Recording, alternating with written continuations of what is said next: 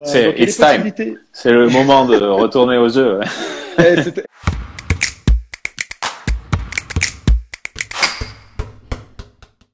Bonjour à toutes, bonjour à tous, bienvenue sur ces tips de l'IFRAB. Ravi de vous voir une nouvelle fois parmi nous. Alors j'ai pas mal d'infos à vous faire passer. Donc il y a une première qui est au sujet du retour au jeu. Donc je vous en parlerai un petit peu plus en fin d'émission, mais c'est quelque chose d'assez important. Et puis la deuxième, on vous a dit qu'on avait une semaine hyper chargée sur l'IFRAB et on avait vraiment l'envie effectivement d'envoyer du lourd. Et on commence dès cette semaine-là avec Guillaume Bizade. Alors, déjà, Guillaume, est-ce que tu vas bien? Ouais, Est-ce que ça tu as va la forme? super, super. Bon, J'espère que toi aussi. ouais, je vais très bien, merci. Alors, Guillaume, à force, on va devoir lui filer une chronique, hein, parce que c'est un intervenant régulier. Il a fait le premier live de l'IFRAB. On le retrouve avec un grand plaisir sur les tips de l'IFRAB. Moi, ce qui me fait plaisir, c'est que sa thématique du jour, elle est au sujet du rebond. Donc, je vais pas trop dévoiler, je vais lui laisser en parler. Mais ça me fait plaisir parce que c'est souvent une thématique qui est un petit peu oubliée. Dans l'univers de l'entraînement et du coaching. Et pourtant, c'est quelque chose de fondamental. Voilà. Donc, je voulais vous dire ça. Je vous en dis pas plus. Je laisse la parole à Guillaume pour parler de sa thématique et puis de ses exercices. À toi, Guillaume. Ok, merci. Ben, merci encore pour l'invitation. Et puis c'est vrai que moi aussi je souhaitais qu'on parle du rebond. Ben, dans un premier temps, avant de lancer directement sur les exercices, revenir sur trois, quatre choses qu'on a peut-être un petit peu comme fil de perception vis-à-vis du rebond. La première chose, on dit souvent, ben, celui qui maîtrise le rebond obtient la victoire. Alors, c'est un facteur clé, mais pas déterminant. On va dire que j'ai essayé de faire une petite étude statistique sur les 3 dernières années. Le top 6 de Pro B, ben, chaque fois, il y a les 6 meilleures équipes au rebond. Sur les 6 meilleures équipes au rebond, il y en a 5 qui sont présentes et il y en a une qui est plutôt une équipe de fond de classement. Donc, c'est un critère, mais c'est pas le seul, ça peut pas être le seul déterminant. Deuxième chose sur laquelle je voudrais un petit peu tordre le cou avant de démarrer, c'est l'idée de la trajectoire du ballon. On a souvent enseigné que, on nous dit 75%, 80% des ballons tombent à l'opposé du tireur. Aujourd'hui, l'étude des data nous montre que c'est beaucoup plus faible que ça. C'est plutôt 55-60% des tirs qui vont de l'autre côté. Donc c'est un critère important, mais là aussi, la lecture, les angles, la distance sont des critères déterminants pour lire les trajectoires de tir et du coup devenir un bon rebondeur.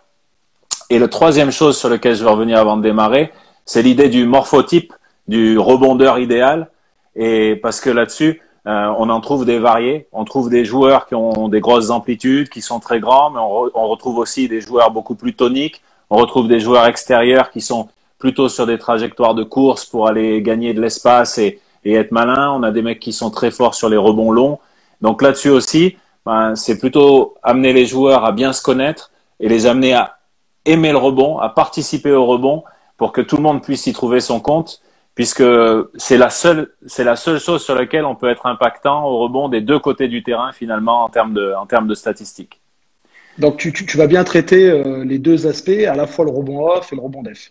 Ouais, et donc finalement tous nos exercices, vous verrez qu'il y a une constante, c'est que on travaille les deux choses finalement avec la même volonté pour dire que dès que le ballon est dans les airs, le ballon appartient plus à personne. Donc c'est pour ça qu'on a nommé cette petite demi-heure ensemble la conquête du ballon, parce que ce soit d'un point de vue défensif ou d'un point de vue offensif, on est dans cette recherche d'obtenir soit une nouvelle possession ou soit de pouvoir transiter vers de la défense vers l'attaque. Ok, super. Okay. Donc là, on bascule sur premier petit exercice, première petite série d'exercices. Donc j'ai essayé de faire de manière, on va dire, d'aller du travail individuel vers du travail un petit peu plus collectif. Donc ce premier exercice, il est hyper simple. Il peut démarrer simplement avec un seul joueur quand on attend les autres, par exemple, et on est sur un travail où on va essayer de travailler sur le capté. Le joueur lance son ballon contre la planche, récupère son propre ballon, et là on va être attentif sur les types de capté, capté à deux mains, capté à une main, sur des situations où on va s'orienter dans la réception pour tout de suite essayer de gagner du temps et pouvoir se projeter de l'autre côté. Et on va également aller très vite vers une situation où on va aller chercher ce qu'on appelle du tip in ou du tip out. Alors là, ça devient un petit peu plus intéressant selon moi, puisque on va chercher à soit remettre la balle vers le cercle ou réutiliser la planche pour se remettre la balle dans de bonnes conditions, ou soit sinon tip out, c'est-à-dire toucher la balle du bout des doigts pour se l'envoyer dans une zone dans laquelle on va peut-être avoir plus de chances de prendre la balle. C'est-à-dire un petit peu des rebonds en deux temps. Et là, du coup, on travaille en même temps l'aisance avec la balle, la réactivité et tout ce qu'on peut imaginer sur la capacité à avoir 2-3 sauts d'affilée. Donc là-dessus, on peut complexifier le travail assez vite et avec un coach, donner un petit peu d'incertitude sur les lancers pour travailler en même temps de la réactivité avec le joueur. Alors ça, on peut l'utiliser dans le 1 contre 0 comme dans ces 3 exercices-là, ou très vite, et ça me paraît avoir très vite plus de sens, le basculer avec un adversaire. Donc avec un adversaire à côte à côte, et finalement, il n'y a pas de rôle défini. Il n'y a pas d'attaquant, il n'y a pas de défenseur. Tout le monde veut aller à la conquête du ballon. Et là, on va pouvoir ajouter des choses qui sont un peu plus techniques, finalement, puisqu'on va pouvoir intégrer des notions de prise de contact, d'aller chercher dans les appuis, de gagner d'abord l'espace au sol pour ensuite aller chercher l'espace dans les airs. On va pouvoir intégrer la notion de swim, donc l'idée de crawl à la natation pour passer son bras devant le joueur, c'est-à-dire donc d'abord passer l'appui, passer le bras, ensuite les idées de spin, donc de tourner autour alors mon adversaire a pris l'avantage, je tourne autour pour moi réinverser et prendre l'avantage à mon tour, ou sinon, 4e choix de type de démarquage au rebond, rompre le contact et reprendre de la vitesse, créer de l'incertitude chez l'autre joueur, puisque maintenant il peut perdre le contact visuel avec nous, et là on peut regagner du temps sur la prise de rebond. Guillaume, est-ce que ce genre d'exercice-là, c'est des choses qui peuvent être envisagées dans l'échauffement? Ah oui, complètement. En fait, je pense que dès qu'il y a un joueur qui rentre dans la salle, c'est des choses qu'on peut commencer à faire.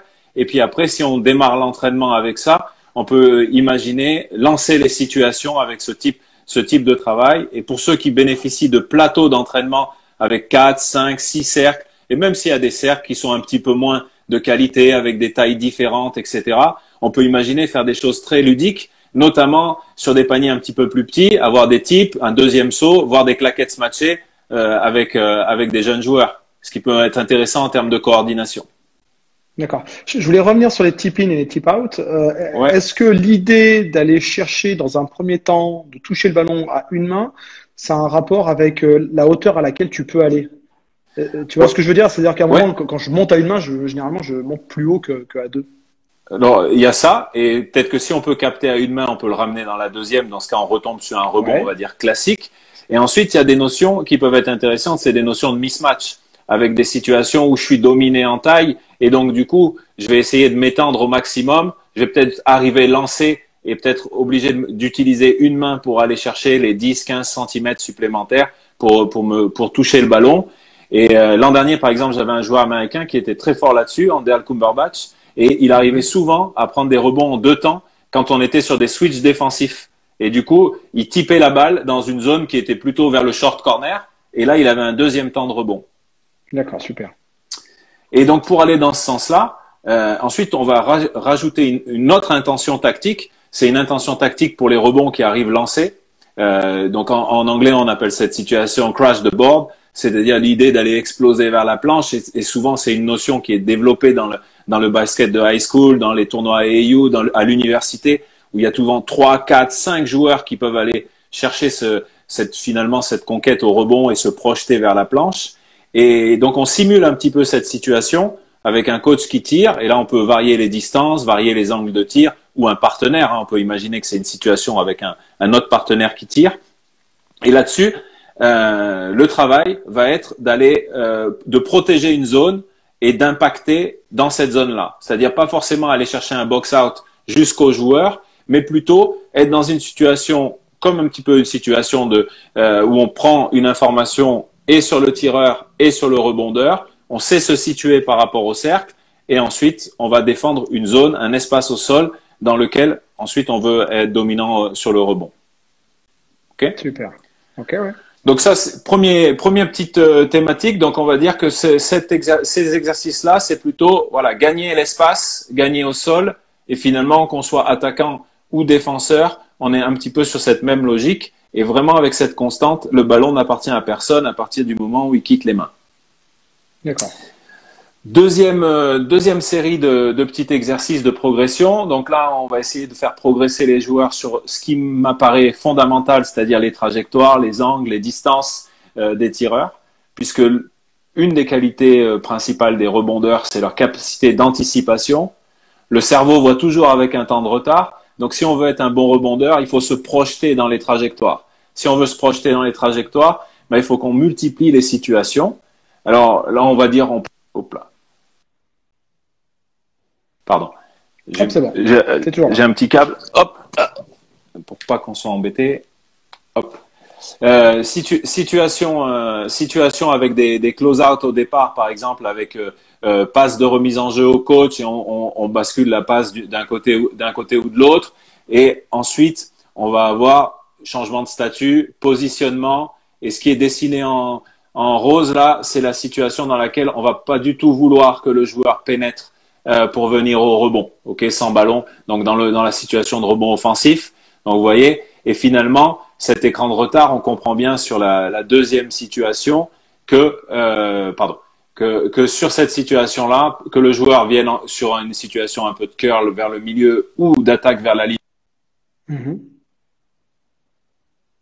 Fond, ce qui nous intéresse, c'est qu'on ferme l'entrée de notre. Alors, ça, on va dire que c'est une situation un petit peu classique en termes de repères. Repères qu'on peut introduire un petit peu nouveaux.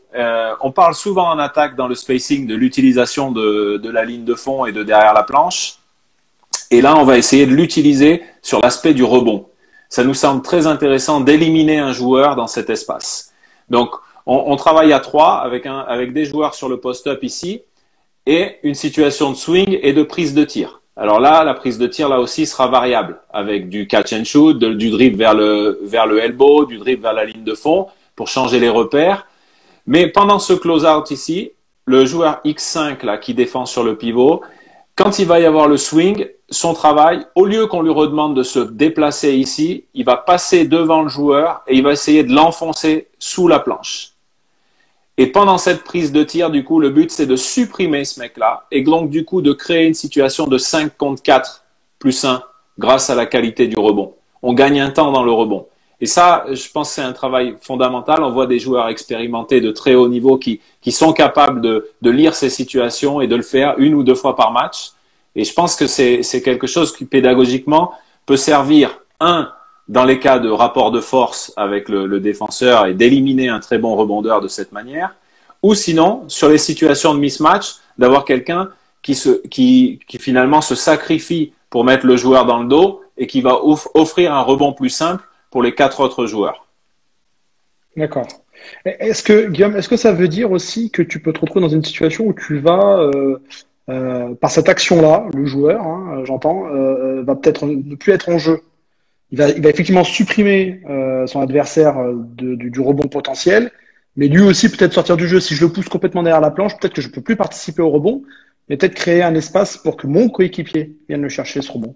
Ouais, complètement. Ouais, c'est pour ça que faut vraiment que ça fasse partie d'une dynamique collective. Que si c'est un acte isolé, bah finalement on offre un 4 contre 4 et peut-être plus d'espace aux adversaires. Par contre, si on a une équipe qui est forte et dominante au rebond et qu'on a ce type d'attitude, soit sur des switches, soit contre des joueurs notamment de grande taille qui peuvent être des bons rebondeurs, si on arrive à les éliminer quelquefois dans le match, ça peut et nous donner des rebonds plus simples et surtout nous faire gagner un temps pour aller dans le jeu de transition. Ok. Donc là-dessus, on peut vraiment faire beaucoup d'évolutions et s'amuser dans les situations de 3-3 à faire varier le positionnement des 3 joueurs et on peut amener des choses qui vont nous permettre de reprendre tous nos principes défensifs et de conclure nos défenses par des situations de rebond. Pour moi, c'est indispensable que ces situations de 2 contre 2 ou de 3-3 basculent sur du jeu tout terrain. Je vais vous expliquer pourquoi. C'est parce que pour moi, le rebond, en acte isolé, il n'existe pas. il n'existe que dans une situation de prise d'information, anticipation, prise d'information, rebond et enchaînement d'une deuxième action. S'il n'y a pas d'enchaînement d'une deuxième action, finalement, on retombe sur une situation neutre et c'est pas ce qu'on souhaite dans l'entraînement. On souhaite que ça soit une prise d'avantage, le rebond, soit pour remarquer très vite, soit pour démarquer un coéquipier très vite si c'est des rebonds offensifs, ou nous donner une nouvelle possession, ou sinon nous permettre de gagner un temps dans la relance. Ok, ouais, donc tu l'associes toujours au jeu pour arriver à remettre du sens. Voilà, complètement. C'est pour que l'intention, pour que finalement, et c'est pour ça aussi qu'on essaye de travailler en attaque et en défense finalement un peu avec la même thématique, pour que le sens du rebond il soit permanent, ça soit un peu le fil rouge, et que dans toutes nos situations, si on arrive à l'initier dès le début, dès la pré-saison, ça soit quelque chose qu'on inclut dans tous nos drills en permanence. D'accord. Okay. Troisième bloc. Donc là, essayez de vous montrer deux choses principales. Une, sur une situation qu'on affectionne, peut-être. Moi, c'est quelque chose que je fais beaucoup par rapport à nos situations. C'est une situation de shell drill avec 5 joueurs. Donc de temps en temps avec 2 joueurs dans les blocs ou dans les short corners ou dans les corners, mais toujours est-il avec des déplacements offensifs. Et là, ce qu'on va chercher à faire, c'est travailler sur notre triangle de rebond. Sur le triangle de rebond, c'est de dire avoir toutes les intentions qu'on a vues jusqu'à présent. Donc la contestation dans le post-up ici, il y a un swing, éliminer le joueur en mettant dans le dos. S'il y a une prise de tir, avoir des joueurs extérieurs qui se lancent à la conquête du rebond offensif et donc une obligation de défendre de notre zone restrictive, là, notre zone en rose pour notre joueur X3 et X1 par exemple, et des situations où on va transiter, où finalement ce triangle de rebond il va avoir du sens que si on arrive à s'orienter et basculer dans le jeu d'attaque. Okay. Donc ça, c'est pour vraiment créer du lien. Encore une fois, c'est pédagogique. On est parti sur des situations où on prenait les mecs en début d'entraînement, on prenait les mecs à l'échauffement. Ensuite, on a fait du pré-collectif sur des situations où on a essayé d'amener un peu plus de thématiques tactiques et de stratégie collective. Là, on le voit à 5 pour que vraiment tout le monde prenne conscience de l'importance du rôle de chacun. Et comme ça, on peut construire notre philosophie sur le rebond.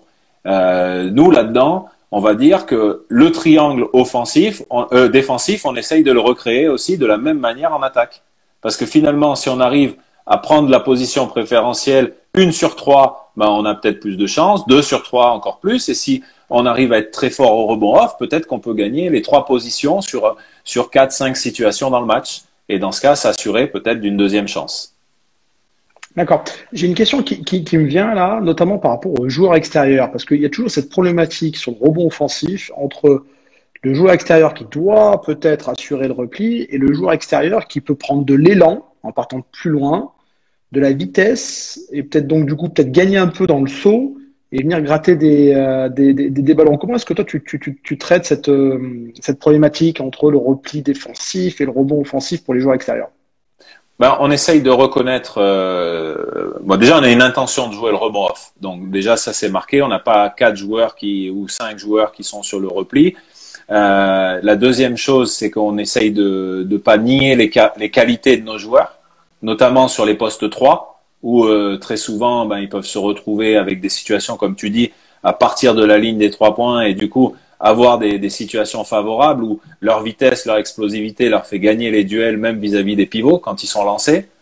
Et par contre, il faut qu'on arrive à trouver un équilibre et souvent dans les spacings du jeu, c'est souvent un des 2 arrières avec le poste 4 qui se retrouvent les premiers au repli.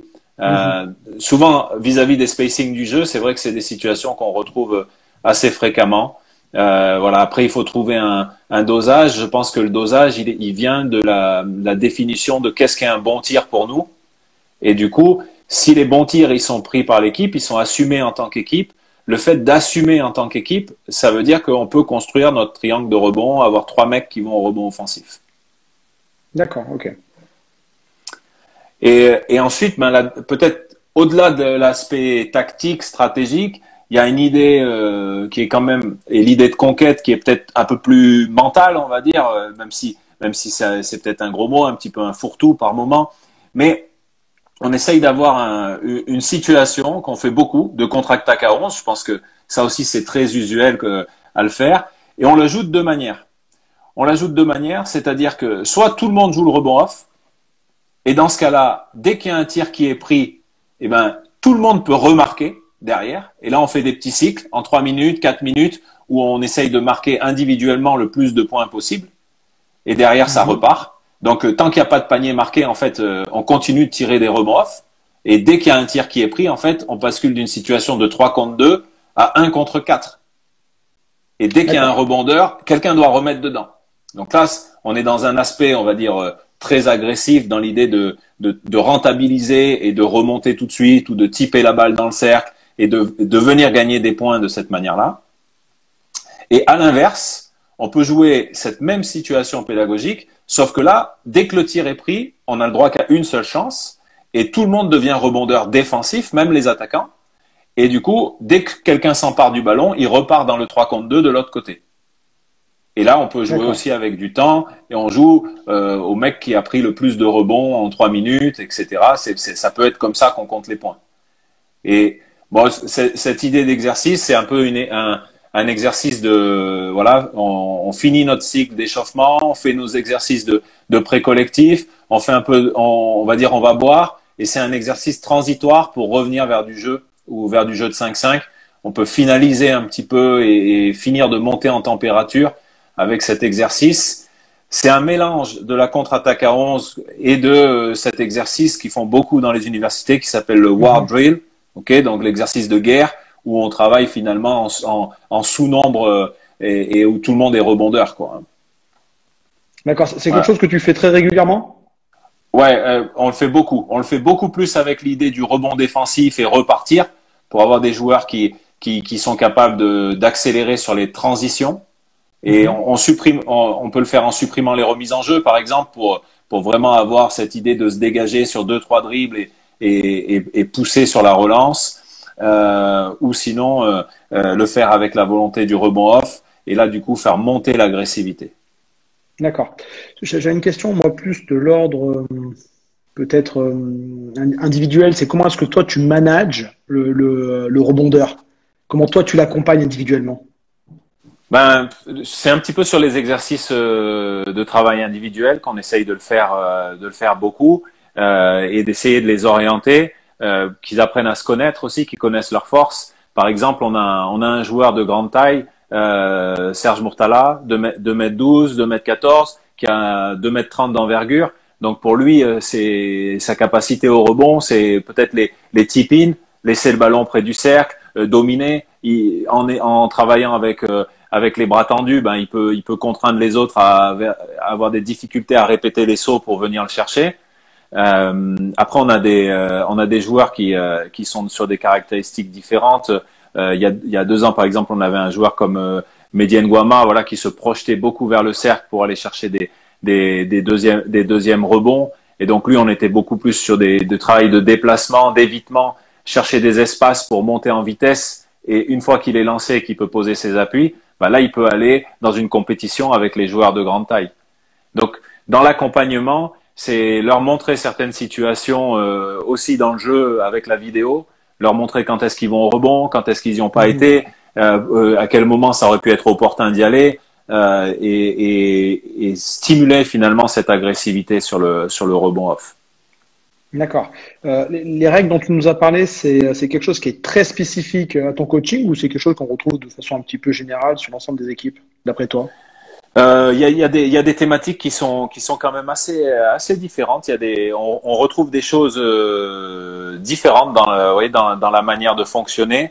Par exemple, une équipe comme Roanne qui était très forte sur le jeu de transition l'an dernier quand elle est montée de Pro B à Pro A, de Jeep Elite, eh bien, elle jouait très peu le rebond off. Ils étaient très très forts sur le repli défensif et ils voulaient laisser le moins de situations de surnombre, de jeu rapide aux équipes adverses. Et par contre, après, ils remontaient très fort sur les premières passes.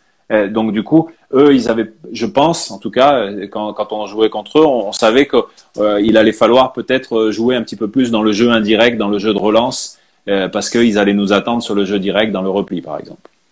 D'accord.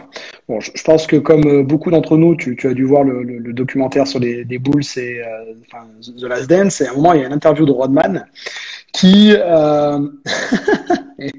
Oui. génial.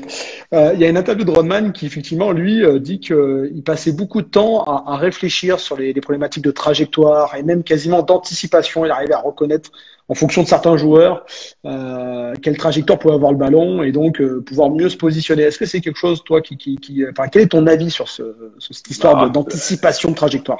En tout cas, ça m'interpelle. Et il y a deux choses. L'utilisation des data en NBA maintenant permet de tracer les tirs et du coup, ça donne des études quantitatives qui permettent de donner des indicateurs sur ce qui se passe. Et il y a trois variables qui apparemment sont clés pour comprendre. Ces trois variables-là, j'ai essayé de les remettre dans les points à emporter. Donc, ces points à emporter, c'est d'abord la distance. C'est-à-dire que plus un tir est pris de loin, plus il peut avoir des chances d'avoir des rebonds longs. Donc, par rapport à notre emplacement, ne pas venir se coincer sous le cercle, avoir aussi un travail vis-à-vis des rebonds longs, vis-à-vis des joueurs qui sont dans la zone périphérique. Une question d'angle, notamment quand on se retrouve en dessous de 45, puisque là, les angles vont transformer les tirs et il faut avoir une bonne connaissance. Quand les tirs sont pris avec la planche, notamment, ça peut changer un petit peu. Le rebond de ballon et ensuite les trajectoires. Et donc là, c'est la connaissance des coéquipiers et des adversaires.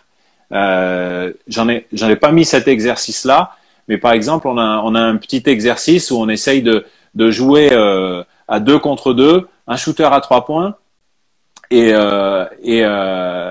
enfin 2 shooters à 3 points qui sont dans la même équipe et les 2 autres joueurs sont sous le cercle. Ces 2 joueurs quand ils sont sous le cercle, eh bien en fait ils doivent récupérer si le tir est marqué, ils remettent la balle pour le tireur. Par contre, si le tir est raté, ils ont le droit soit de mettre une claquette directe, soit sinon de claquer la balle sur un tip out pour leur partenaire et l'autre doit marquer sans retomber au sol.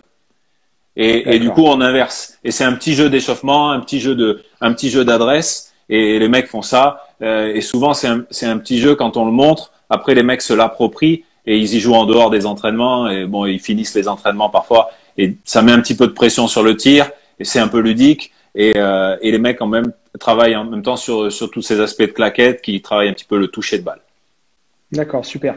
Alors, ça fait quelque temps, il me semble, mais tu as entraîné des filles et je voulais savoir si ta vision était différente avec des filles ou pas. Non, pas vraiment. Non, je pense que de la même manière, tous les morphotypes féminins peuvent s'exprimer au rebond. Il y a des joueuses qui vont être plus puissantes du bas du corps, par exemple, qui vont peut-être être capables de prendre de meilleures positions, de tasser les joueuses sous le cercle, etc. Il y a des joueuses qui vont avoir une vitesse d'appui. Par rapport à certains joueurs, les joueuses filiformes, on va dire, le but c'est souvent qu'ils restent en vie. Et souvent, on les met dans un combat statique, alors que ils vont prendre aucun plaisir et très souvent ils développeront pas de capacité au rebond. Alors que si on reste dans cette idée de rester en vie, peut-être que l'idée c'est de dire il faut toujours que leurs pieds soient en train de bouger. Et si leur pied est en train de bouger, qu'ils vont dans un autre espace, du coup, on amène le truc sur de la tactique, sur du choix, sur de l'amusement. On joue au chat à la souris, on repasse devant le joueur, on rompt le contact. Et à mon avis, il y a loisir à intéresser un peu plus une autre population, que ce soit les garçons ou les filles, à aller au rebond par ce type d'exercice, notamment dans l'éducation, dans les éducatifs avec les benjamins, minimes notamment.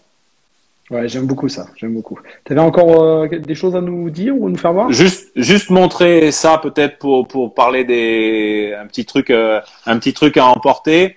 Donc ce petit truc à emporter, c'était 10 points clés.